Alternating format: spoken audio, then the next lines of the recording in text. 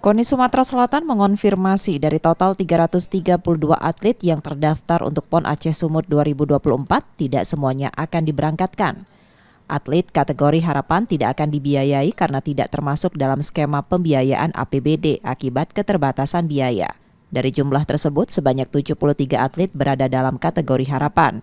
Meskipun demikian, mereka masih memiliki kesempatan untuk berpartisipasi di PON Aceh Sumut 2024 dengan pembiayaan mandiri, baik melalui cabang olahraga masing-masing maupun dukungan dari pihak ketiga.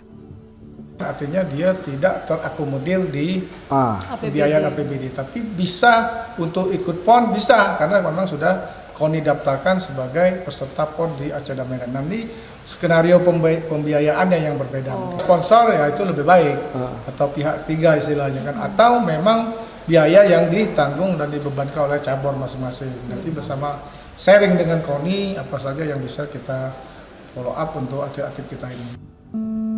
KONI Sumsel sebelumnya telah mengelompokkan atlet ke dalam 5 kategori, utama, madya, pratama, potensial, dan harapan.